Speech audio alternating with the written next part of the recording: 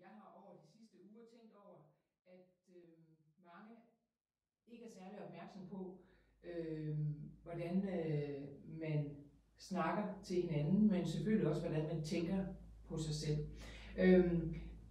Og den opmærksomhed, den synes jeg egentlig, vi lige skal vende, fordi det betyder noget, hvordan man omtaler ting. Så jeg vil igen bare lige starte med at sige, nu har jeg en grundforoverbøjning. Det er sådan, det føles for mig at opbøje sig forover i dag.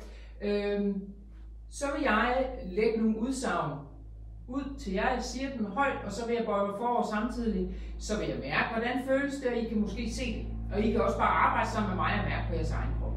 Det første, jeg vil sige, det er, du er godt nok sur i dag.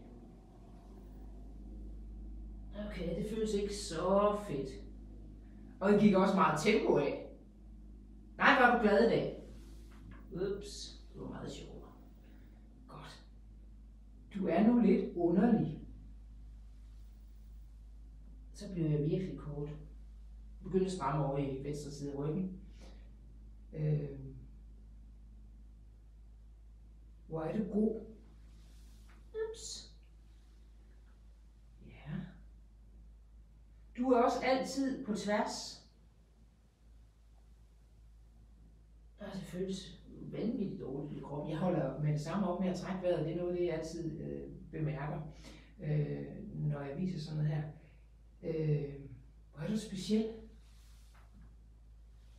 Det blev nemmere på den fede måde. Yes, det blev nemmere. Ja, det var det, jeg gerne ville vise. Tænk over, hvad du siger til dig selv og til andre, for det betyder noget, og det gør en forskel, om man snakker positivt, opbakkende eller negativt. Også selvom det måske er for sjovt, så påvirker det kroppen og derved den person, som man siger det til.